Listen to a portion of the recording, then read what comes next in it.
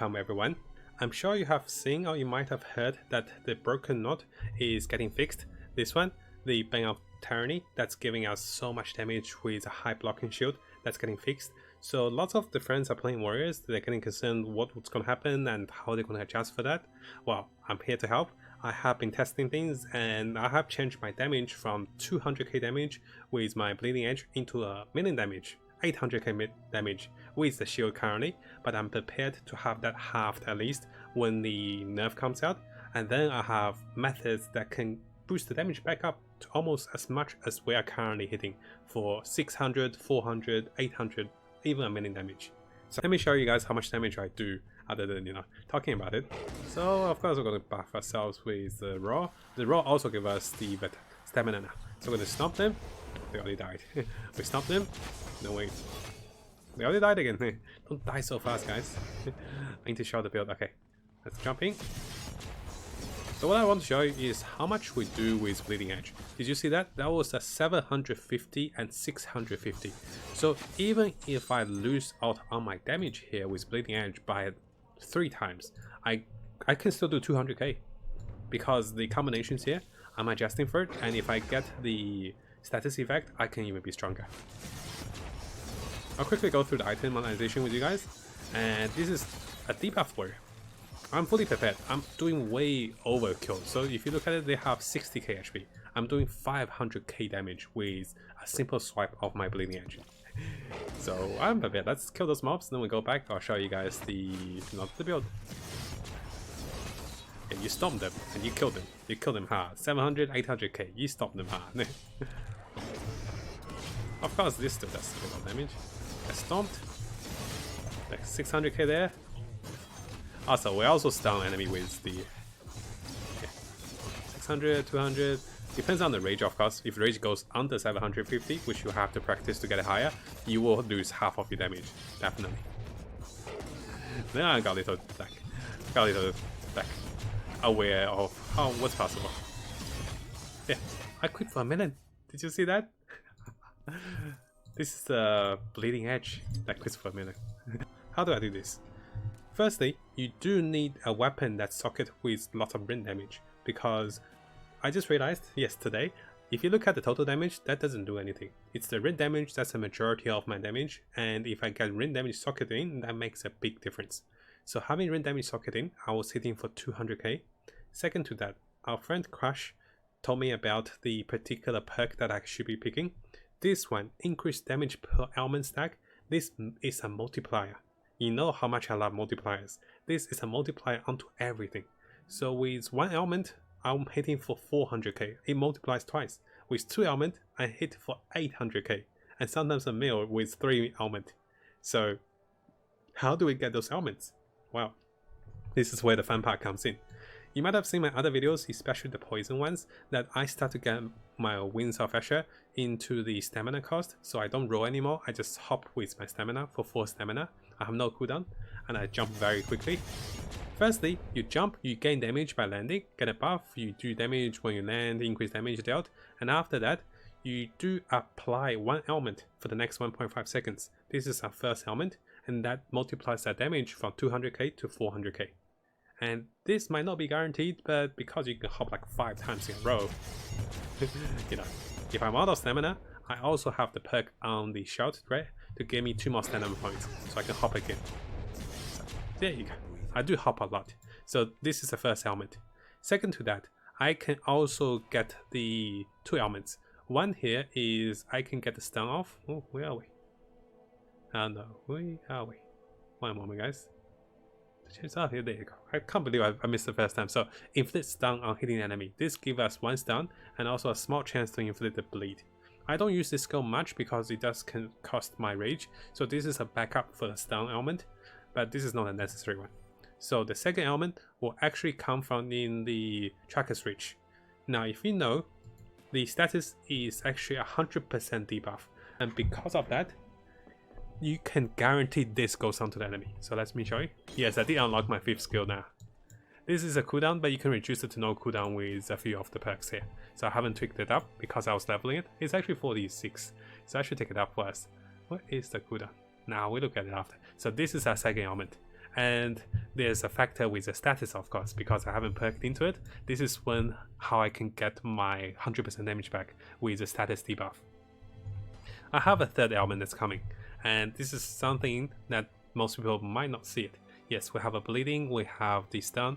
The third element that's coming is going to be the weakness, because we will still have a shield, or we might not have a shield when we actually have the nerf, because shield is not as important. But what we do is we can have the block with anything and also get the efficiency, so we can still make use of the block effects we have. When you block, AoE wise, you'll be giving enemies 2 to 3 stacks of weakness, and this counts at least for one element. So this guarantees we have double damage onto enemies with bleeding edge. With a stun, it's triple damage. With a bleeding, it's quadruple, and with status, it's 5 times damage. That's how I hit a million damage. And after that, well, you know, this kind of fixes up for the loss of damage with the Bane of Tyranny.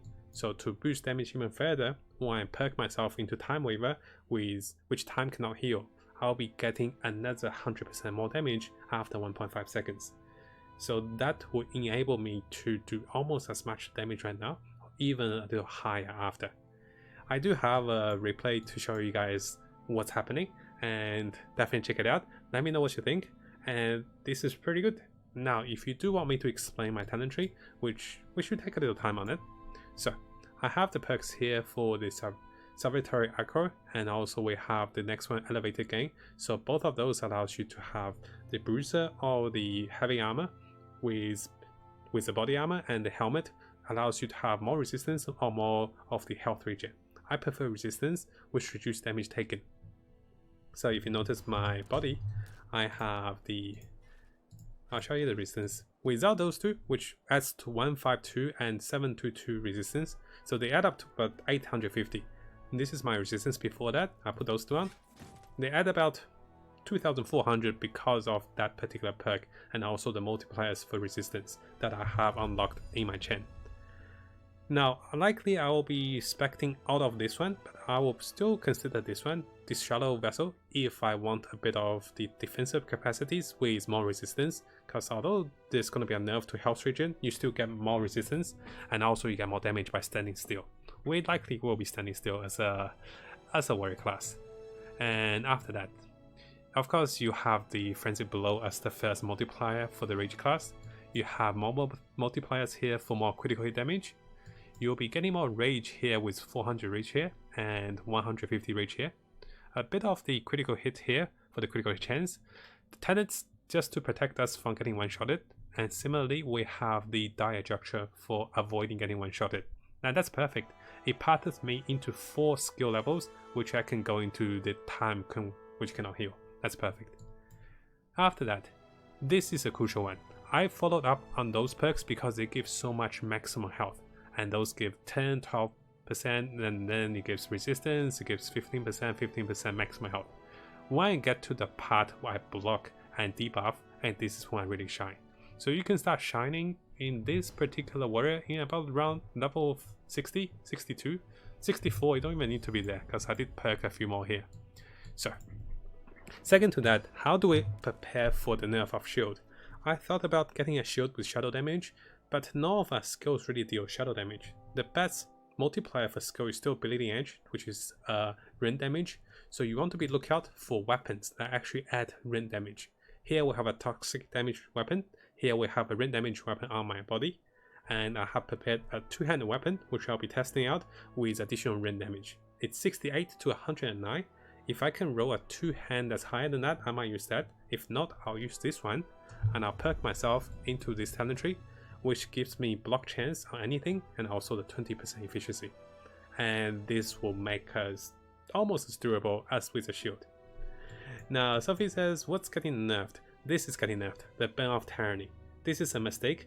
It's supposed to give 0.5 damage, it's giving 50 multiplied. It's a little too much, I know. They made a mistake too. So we're doing a lot of damage here. So hopefully guys enjoyed this small catch up of the winter's coming. What do? We join the Brotherhood, we join the Ninth Watch. No, I'm joking. So we prepare ourselves with added damage, tweak of spells, and preparation to unlock the fifth spell, which give us the status element, which is really good. Of course, we cast it fast. I'll pick this out for you guys. Let's do it now, actually. So, we're in the range. We want the cooldown. We want the lowest cooldown. So we want no cooldown at all. Hit drops health. We do need 1 damage. I'll explain why. Yeah, I picked this before on my other build before for you guys. So 2.8 cooldown. We can go lower. What's this? Helmet? Oh, this one needs to be high level. So this is the last perk of cooldown I can get. Isn't there one more perk of cooldown? Oh, it is also gives stun element. Not bad, but only 1 second though. So that's not good. Damage, range. So mostly a range. So you don't need the hook from all directions because that will not apply the debuff of element. The only one that applies the debuff is the one that you hook with. So the only one. Now why do I want damage on it? It does not do much damage, yes. But against a rare monster, against a champion, against a boss monster, if you don't do damage, the boss is immune to hook. Well, you get hooked by the boss. The boss don't get hooked by you, otherwise it's silly, right? So if you can't hook the boss, you can't debuff him. But if you damage him, he gets debuffed. So that's how you guarantee the debuff. There is a small possibility the boss is immune to debuffs, but at that time then, well, then you just take it. We take it like a man. We don't use this. So that's not bad. So notice here we are casting a little quicker. Well, 2 seconds. Once we minus another 1.8 seconds with enough lower cooldown, it's almost instant. So the debuff is 4 seconds. So after 1.5 seconds, we do double damage onto enemies. And notice even just by landing the debuff, we already do 2 times damage with this perk. This is a golden perk. I'm so happy Crash Bash showed me today. So that's the preparation, guys. Oh, lovely, lovely. If you like more guides, more tips on Wolcen, definitely subscribe onto the YouTube channel. I'll be making more of those for us every day. Work very hard for it, and hopefully you guys enjoy it. And also please follow on Twitch if you can. That'll be great help as well. If you have Twitch Prime, definitely use it here. That'd be so nice, guys. Because as a small streamer and a small YouTuber, you know, everything, you know, every support helps. A like here, a nice comment, you know, a follow, a like, or even subscribe, it really helps. Thank you so much, guys, again. Hopefully you enjoy all the contents. I'll be posting more for us, and I'll see you guys next time.